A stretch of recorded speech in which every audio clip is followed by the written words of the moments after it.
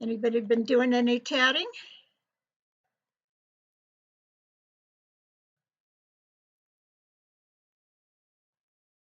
I've done just a little bit more on my pumpkin, not much. I'm probably going to keep working on it this weekend, and then I will probably put it away and start something for um, winter and maybe Christmas, maybe just winter. I'm looking for the right folder now to grab that up. One of these days, I want to be totally ready.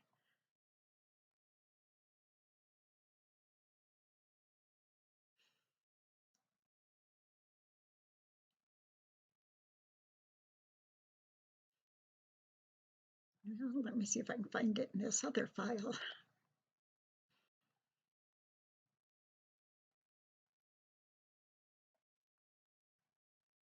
Just a minute and I'll give you, oh, you know what? I ought to give you something to look at right here. I don't think I have my camera facing down.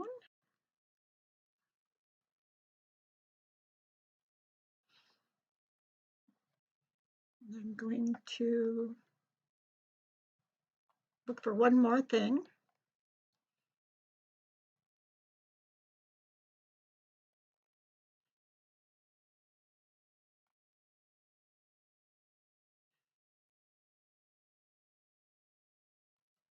You'd think I'd be able to find the documents that I just had up this last day or so.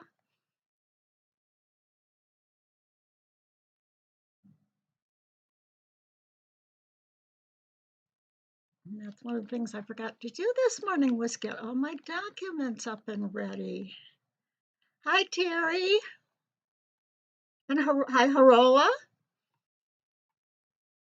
You're working on a zigzag doily, Deborah. Oh, wonderful. Oh, and so you've done 25 hats now. Oh my gosh. And I know you donate them all.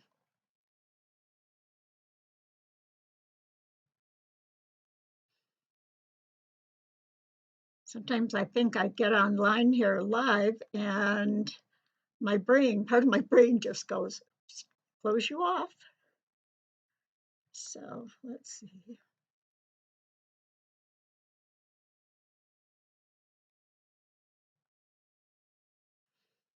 All right, I think I may have found one of them.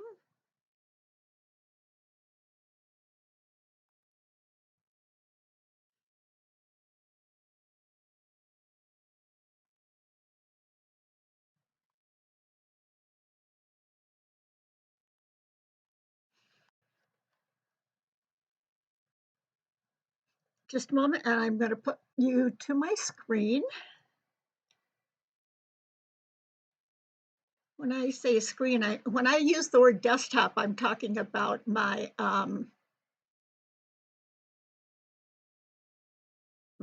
what I see on my computer screen, what I have open on my computer screen. Okay, I think I have them open, so let's get going. Has anybody else stopped in? Get my chat back up in front here. Oh, some amigurumi. I know how to pronounce it, and I can't right now. Oh, and Kaylin, you started making a Super Mario star for a swap package. Oh my gosh. Well, one of the things I did this weekend is I still have a few things left in a storage unit. And my son and I went there. Since I don't drive or have a car, I have to wait for him to take me. And we went there on Saturday and spent a few hours and brought home some more boxes for me to go through here, sorted out, sent a lot to Goodwill, and only have now about seven. You get the reams of copy paper in those little boxes with the handles. I only have about seven of those left. And so by Thanksgiving, I'm going to have that last storage unit completely empty. But once I get home, then I have a mess to clean up. So all right, let's go to my screen and you should be seeing This is, I'm going to zoom this way in. This is a page in my book that I'm getting ready for reprint. And let me find the bottom where I can do my scrolling. Can't find my scroll bar here. I guess I need to open it up farther. There it is. This is my heart's desire. And for those of you who don't know, the original pattern book I put out, I found out I did it all by hand in the copy machine. And so I found out that the only color that printed well on the copy machine to come out in black and white, because at the time I wasn't doing color, was this kind of a pink color. So everything, even the snowflakes, I made out of pink. This one, some of the picos look so dark, I took paint and went back in and painted the picos a little darker. So that's why it looks the way it does. And then I've started the instructions. So they're going to be on a PDF like this instead of those copied pages. This is my diagram. And I don't know, I know what I think of it. Tell me what you think of it. Because you're going to have to make your designs into patterns and have diagrams. Even if you don't diagram yourself, you can often find someone who will diagram your patterns for you. Or a lot of people still just do them in pencil or ink and do them by hand. Anybody have any opinions? Well, I looked at it and I thought, oh my gosh, there are just too many small numbers on there. That is so busy. And some of the things are the same. For instance, once you get up to here, now I know this change starts with a 6 and then it's threes, 3 picot 3 picot 3. These are all threes, and these first ones are all threes down to about here. Then the stitch counts change in between the chains. And so I thought, I really could just diagram one of them, and these would be the repeats. And I don't have to repeat all the numbers. And what I will do then is in my instructions, I'm going to number more of the rings. Now I've been numbering them. 1, 2, 3. Another way to add in, excuse me, you can also use capital letters. People do for inside the rings and label them A, B, C, D. Because there's so many numbers in this pattern, I believe I'm going to start going A, B, C, D. And the chains too. So I can say, maybe the next 3 chains repeat. I can put repeat. I'll have repeat in the instructions themselves. So that's what I'm going to do. Now I want to show you what John did. Another way you can go. It's not hers. I know hers is here. Let's find it.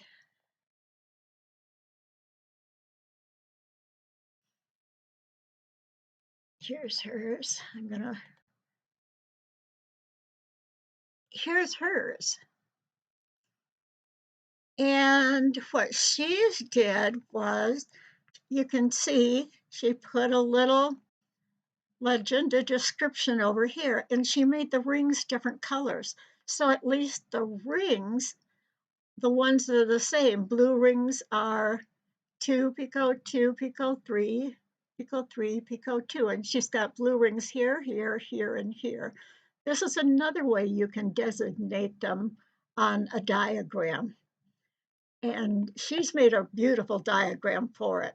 Now, also she's put in, unless specified, there are 3 double stitches between picots on chains, which is right up here because these aren't specified. So they are those chains that are all duplicates.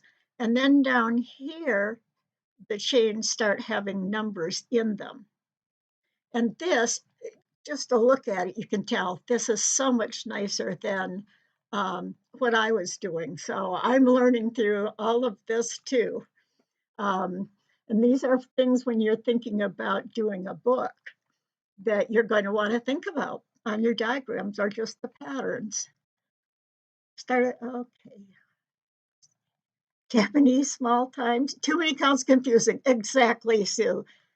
The chains I'd mark picots with 3 between. You've got it exactly, Sue. Alphabet is better for ordering of work. I like your humble opinion, Sue. I totally agree. All right. Um, and also, she's made a special arrow where she wrote, do not reverse work after this chain. Make the next ring and then reverse work. Same will apply on the other side. So, oops, I don't know where that popped up from. And this is nice where she's actually put the little note in a box. That's another thing to think about in writing patterns.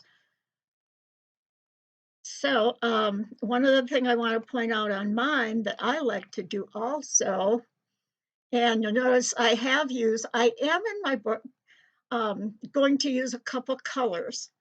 Probably besides black and white, I'll use red and green. And the reason I do that is if you look right here, I've got an S and an arrow. That's the start. That's where you start. Okay. And then I put an arrow right there to help people show on the diagram which way you're going to be going. And I made that green also. 1 or 2 colors is much cheaper to print than a lot of different colors. The more colors you have on anything that you print, if you have it printed, it's going to cost you a lot more for color. So that's something to think about. Now, if you're selling them online, that's great because then they download the file and they can print it out themselves. And then up here also, I put another arrow. You keep arrow. So you keep going around here. And then on the bottom too, I put the arrow to show you go off to there. In order to make them big enough on the page, I have split mine in half. And then when you go to the next page, you're going to see, here's the other half. And the same thing. And then down here, because this join can be tricky, when you work it, you're going to have your entire heart is going to be upside down.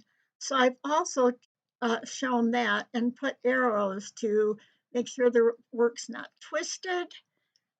And then to the corresponding chain, I'm showing where that is too. So everything you can do of information you can give helps the tatter read your pattern. Now I started putting, because I'm going to make this into a PDF, it won't have, my book itself has all the abbreviations and symbols at the beginning. So what I'm doing now to make it an individual pattern, I am adding the abbreviations and symbols, and you can see this is all the farther I've gotten. Oh no, I do have a few more there. And some of them are running together up here. So I have a little more to work on before this is ready to go out to the public. The last join, you work as a folded join. Yes, that works very well, Sue. That's a really good tip. And again, there's a couple different ways of doing things, but that is a great way. And if you don't know what a folded join is, I suggest you look at the class videos and find the one that is for the folded join. Okay. Are there any questions or, excuse me, more comments about this? And remember too that on the website, the online classes website, you can get the new Palmetto's um, abbreviations and symbols guide that they have out. And it is on the Palmetto's Tatters Guild site also.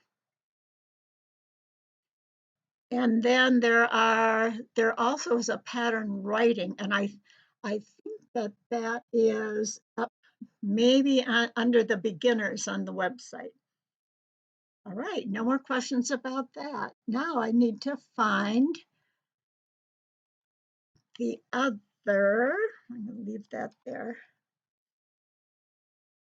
patterns that I wanted to look at, and they're ones that I had open last week, and I forgot to open them back up this week. So you can follow me as I go. I don't think they're in my list. I closed everything. So I'm going to open a new window.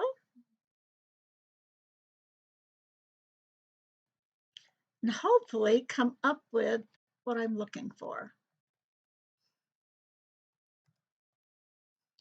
Martha's Tatting blog, first draft. I think that's what I want. This, any of you who were in class at the very end, I showed this quickly. Now, many of you know what this is. And when we started talking about prototypes, and when you design the process, it's, what you start out with isn't always looking like what you want it to end up like.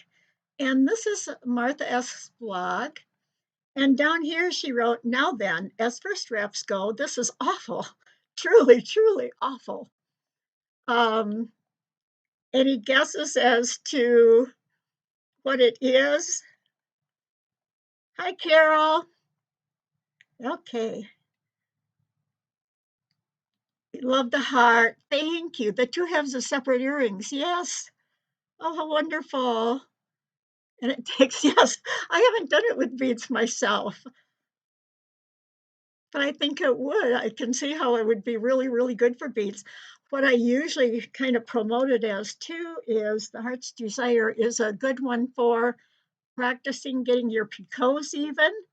And also from, there is somebody else I think too who took it, made it into an earring. Practicing getting your picots all the same size, and also for tensioning of your work, because if your tension is too loose, yes, it is, Sue. And if we go up above, now this is what I really want to emphasize. I'd love to have you guys turn in homework, turn in even your sketches that you think look horrible, because that's where even experienced designers often start. And there will soon be the homework up on the website. Then I am also going to, over the winter break, I'm going to get my old website going and up again. And I have a section on there where I was always showing header homework for the design site. And I really listened to what she's saying. Most tatters would be aghast at producing something that looks like this. For me as a designer, it is an excellent first draft. I've tried a few ways to make a curved set of rings. See how the curved set of rings. Um, I can take what I've learned here and use it to make the next draft and repeat the project until I get it right. You repeat over and over again.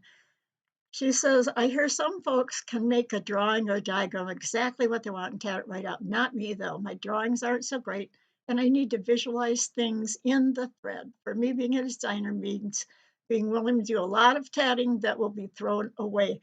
But however, I stress, please don't throw anything away, even those pieces parts, because they and that's my own. I've uh, from as long as I can remember, I've called things pieces parts when it's a group of them. Put them in a baggie, put each on an index card, and write down the number of stitches and the size of thread in it, like Tammy was showing on her index cards, because it might be the perfect thing for another design. You dress the dragon too. Okay, let's go up and see it. Here's another one of it. This, and she says this for her is an excellent first draft. I think it's an excellent first draft for anybody for something large. And I'm not sure if I can get to the page that has the finished dragon. She doesn't have a search box on her site. Let me see.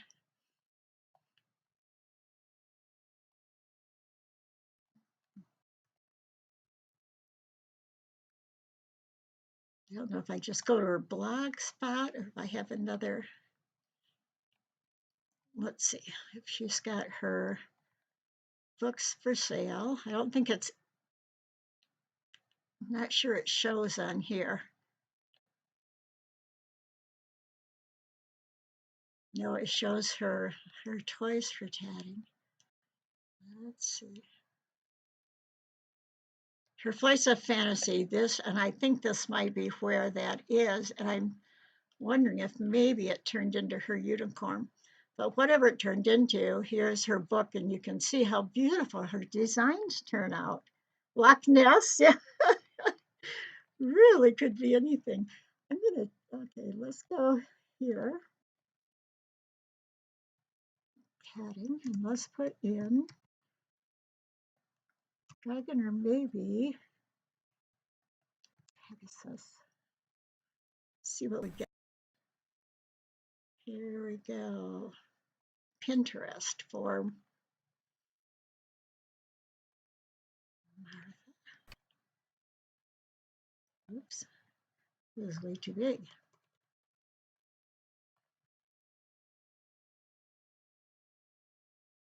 No, it's taking us back to our blog spot. I right now can't find the, I can't, we'll find it. Anybody know where it was? When you were working out the center part of the star, you definitely made it a bit that is an example you're keeping of what not to do. Yes.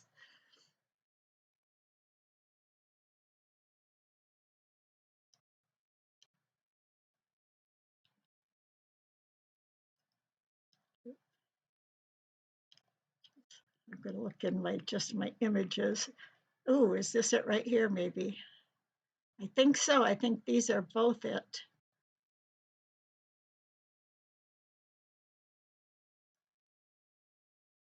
Oh, here it is. Here's the dragon at long last.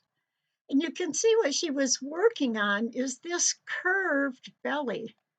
I mean, and she's got the curved tail too with the rings. So can you see how from this it turned into this beautiful dragon? Oh, thanks. So I did just find it. um, so don't be discouraged. Lots of experimenting, lots of redoing. We're at the at least I'm at the prototype stage. I don't know if any of you have started anything as far as working off the Busilla pattern besides me with my um, making my pumpkin face, and I'll show you in a minute how far I've gotten on that. Um, so I think I'll switch down to my other camera. Get a few things out of the way here. Here's what I need. My down camera. Oops, and you're seeing nothing. I bet my camera is not on. Give me just a second here. Where did my cord go? There it is. Let me get it plugged in here a minute. hope you're just still seeing, you're seeing nothing on the that's better than me bobbing around, I guess.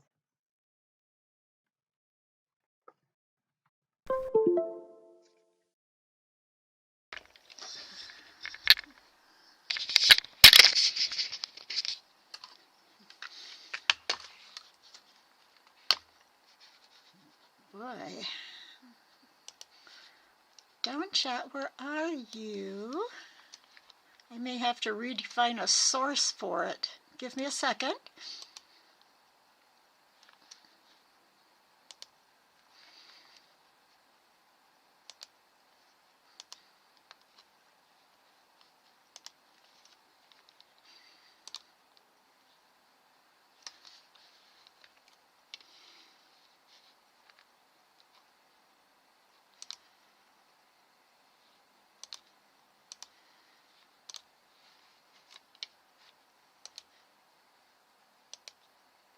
I think you're seeing multiple pictures of the same thing.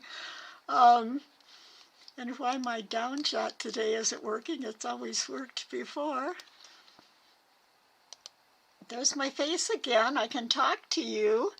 I just haven't figured out why my Down Chat is not working. Oh, wait a minute. I think I see.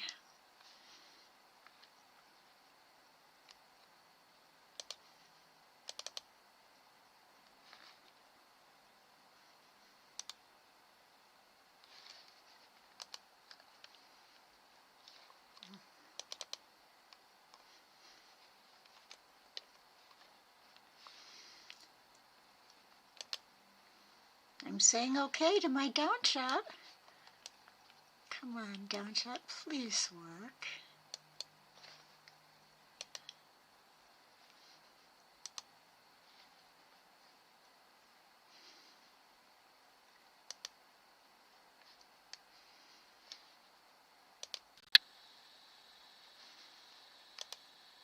Aha, I think I have it now.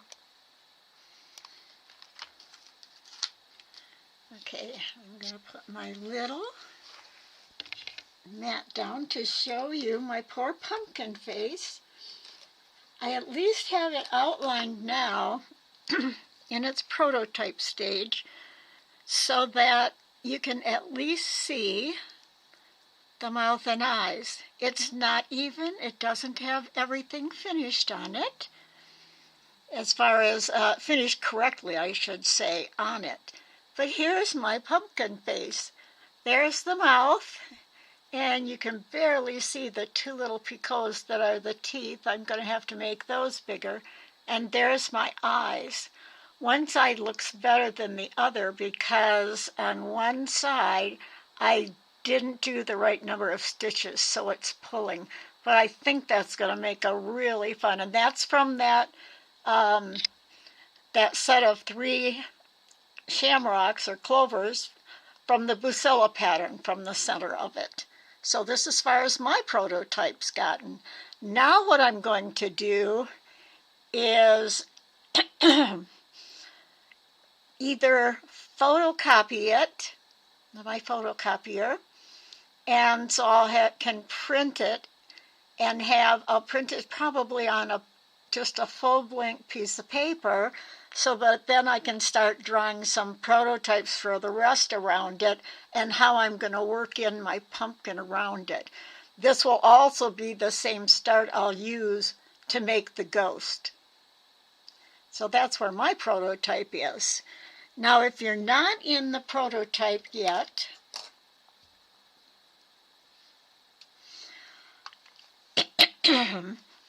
I want you to start something for fall, Christmas. Fall's almost gone, but we still have November, which is, I think, at least here it's usually still fall. So maybe think of I'm going to show you some samples I'm making for polar grids. In our evening class last week, we made polar grids, which we can use for designing snowflakes. And snowflakes are always fun. And when you're learning to design, right now, we will be talking about copyright, but right now, for practicing and experience, let's not worry about copyright.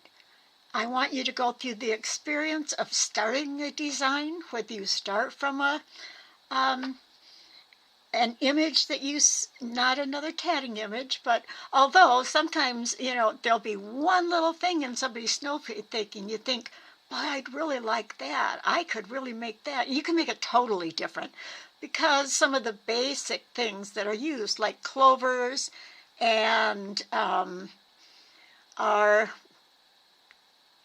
what do I want to say? Our center rings. Medallions that start with a ring in the center and picots going up of it. Those are all common elements in tatting. They are not copyrighted. It's how you put all the pieces together that is copyrighted. Copyrighted. So let's get some snowflakes going. They're fun to make, and we can easily do things to make them more original in your own style. Oh, yes, Sue, sorry, I should have had more windows closed. I'm still getting used to using all three. The camera,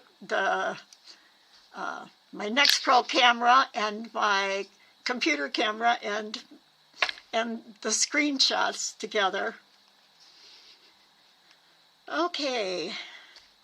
How many of you would be interested in making a snowflake? I would really like you to start something. Let's get some enthusiasm here. We want to show the other classes that we're working on things and we're going to have homework too.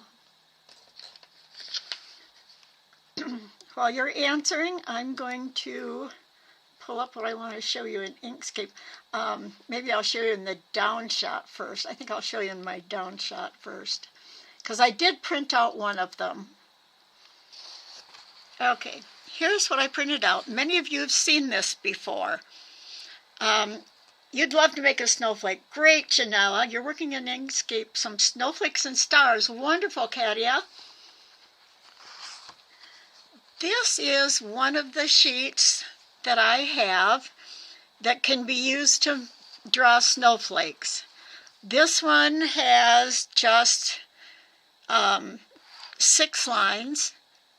You could imagine, if you wanted to do besides 6 long arms, or they're actually dendrites, which are all those little, when you have a nerve cell in your body, you've got all those little baby nerves that come off of it in a jumble, and those are called dendrites, and that's why the arms on a snowflake are actually dendrites. So you can start here, and then you can write your notes over here. You can put the name of the pattern here. I should probably, before I finish up the PDF, I should put pattern name, pattern date. Whenever you draw anything and do anything, you want to have your original starting date on it. A program for other than Inkscape for Apple. I think there is. I'd have to look into it. I'm trying to think. I hear people talk a lot about Procreate, and I'm wondering I don't know if that's a drawing or an image program, though. I have to look. Please, if any of the others know. What about the iPad, too? I don't know what the iPad has that, I'm just not familiar enough with the Apple products right now. Okay. And I put 2 on a page. What I'm doing this time, too, instead of having, like I did before, just 1 page, I'm actually putting 2 on it, so you have a back page, too. So you have the possibility of 4 different versions if you want. I'm also making not only just this plain one. Now, this is 3-inch, and I would love your opinion as to if you'd like a polar grid that's even bigger. You know, it can be used also for a doily. I could make a 6-inch one, and you'll be able to download this and print out from it. I've also, oops, my other one isn't here. I think my Inkscape is open maybe. I'm going to open up my Inkscape. I put my little face down here for you to look at until then.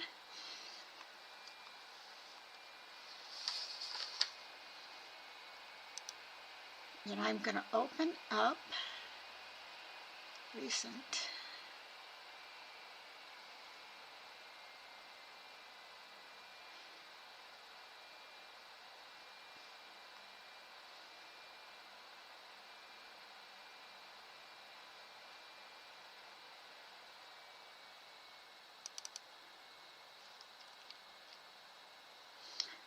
Think.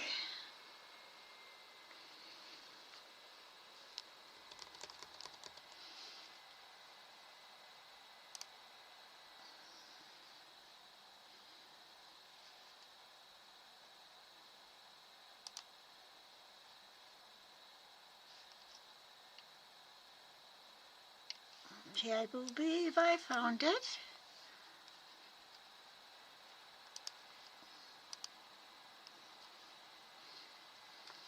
This is another one that I have.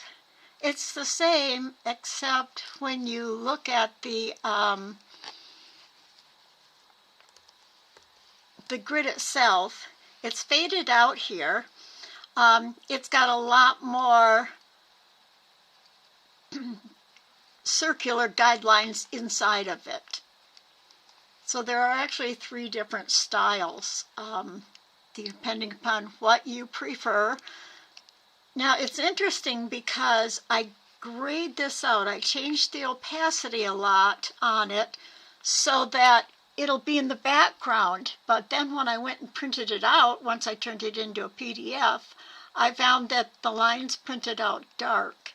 So what I think I'm going to have to do now is I'm going to have to, I say too much. I will need to, I think, actually change the color from black to a real pale gray.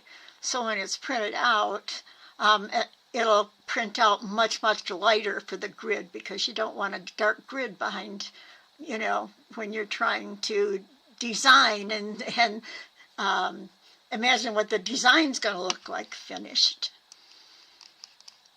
So, Apple is iPad, Mac is the software. Oh, okay, that's the, okay. Wondering if anybody else uses iPad and knew something else. Okay.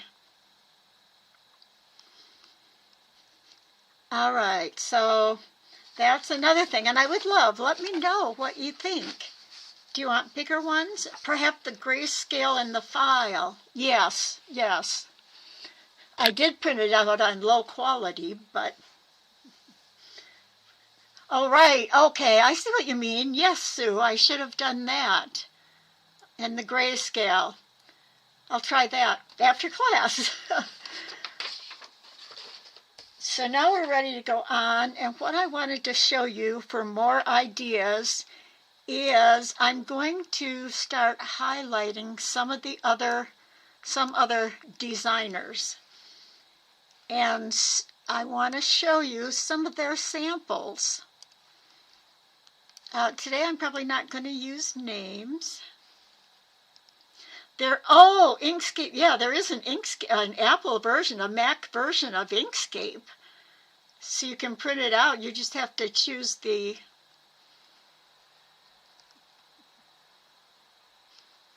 Oh, I thought she meant a completely different program. Oh, I didn't read it right. Thank you, Sue. You always keep me straight here. I did change the opacity, Kaylin. But what happened is, I think Sue just mentioned, it's probably because when I turned it into the PDF and then printed it, my printer was only printing in pure black and white, and I should have been printing in grayscale so all the grays would print and show too. So I think that's what it is. I'll check it all out and see. So many things to learn and figure out. Oh, the operating system, yes, the Mac. Okay. Let me see if I can come up with what I had up before.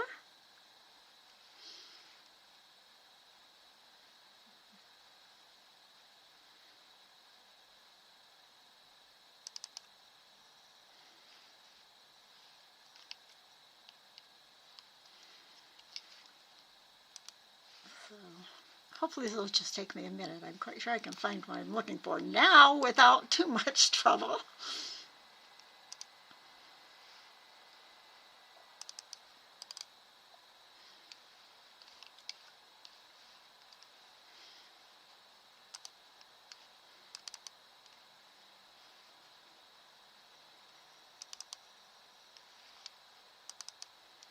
Okay, 1 minute and we'll be looking at those.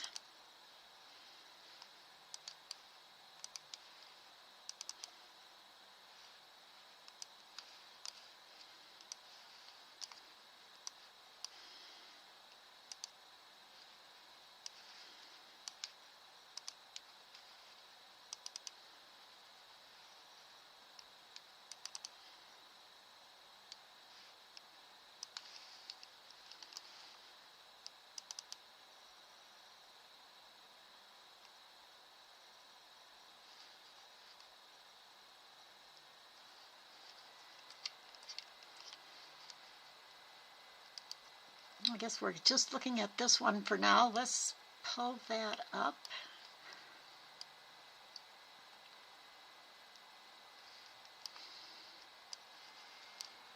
See if I can get my window straightened out before you guys look at it, so you don't see so many different windows.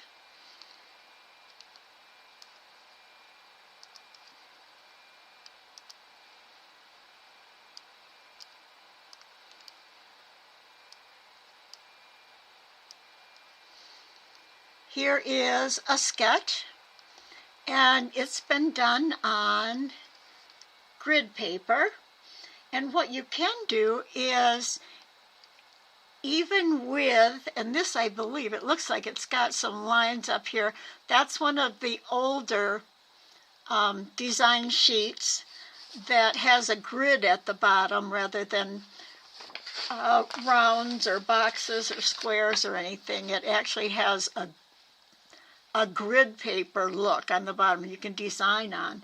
But what you can also do on the other pages that I showed you with the polar grids, you could just cut out a piece of regular grid paper and cut a square out and paste it right on top.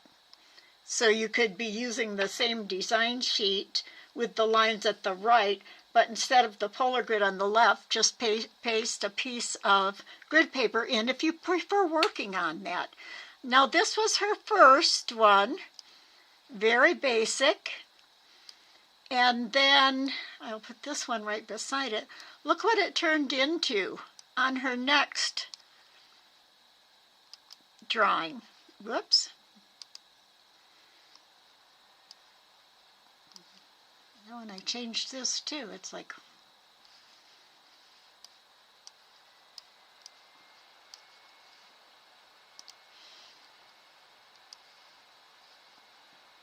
no, I don't have the other one now. Let's see, let me open it up here.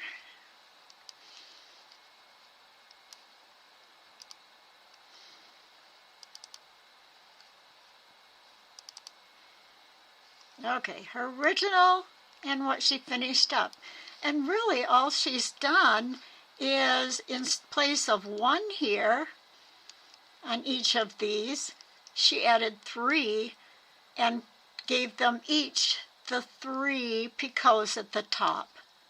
This is how a design develops. She's also written around it. Let me move it over just a tad. She's got picots, and she's made little picots. I'm going to assume this is maybe a round ring she's thinking about putting it in. Or just tatting around all the way around it with picots, which would be pretty. She also wrote down beads in center, clover split rings, and I think that down below it says changed. So this is what you do when you're drawing, and you put in your notes around there, either like this or on that planning sheet on the lines to the right with arrows to things. She also put in SR for split ring and noted that this is going to be a split ring. Now, if you were diagramming it, you'd want to put this line down the center, straight down if it's diagrammed in half. If it's, half and half equals split ring and coming out. So this is this middle stage that we're in. There's also, Muscan has done a lot of work, and one of the things, let me see if I can, which document it was of hers that I had up. It's a Word doc. This will be posted. It's from Muscan, and she wrote out a reference for all her designing posts. And you can see, using one tiny motif to create designs. This from that, deconstructing patterns, her design process. Let's go to her spiral snowflake.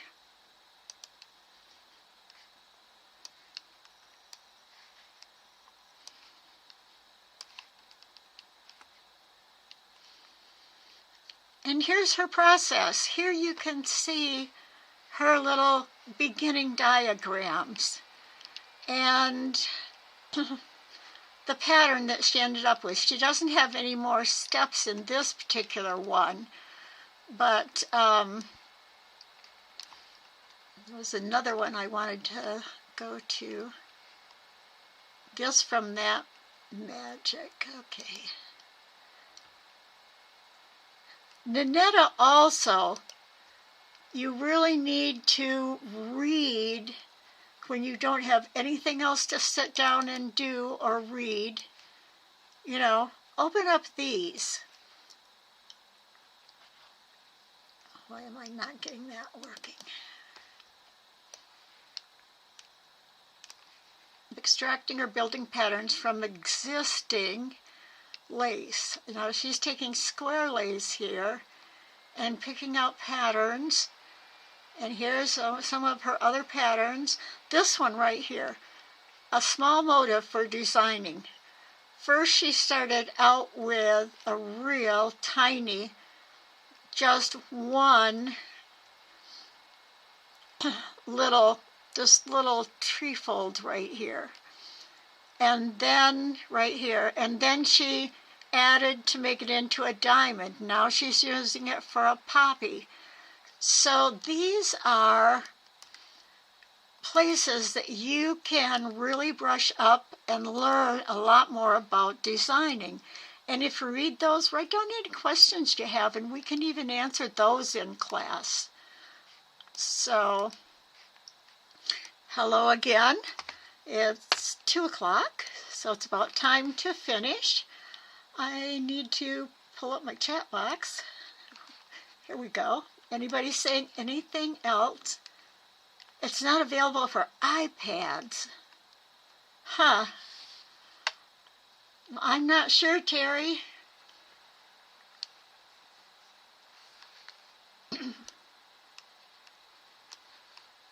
I hope you've all enjoyed today. I hope you will please start a snowflake. And then next week we're going to talk about, I want you to try it first yourself. See what you come up with for a process that works for you in drawing it out and sketching it. And then we'll talk about what you've done, and we'll look at other ways to do it also. And that's it for today. And that's what we'll do next week. And we'll keep looking at people's samples and get back into talking about, you know, what we really like about some of them and why we like them, and relate them back to the principles of design and the elements and principles. So, anything else today? We will eventually probably have longer classes, but I'm still trying to get so many other things done that this is it for now. So, take care, happy tatting and designing, and I hope to see you next week. I'm glad you enjoyed it, Terry. Thank you. Oh, and like it. If you enjoyed it, please like it. Inkscape alternatives for, oh, thank you, Sue.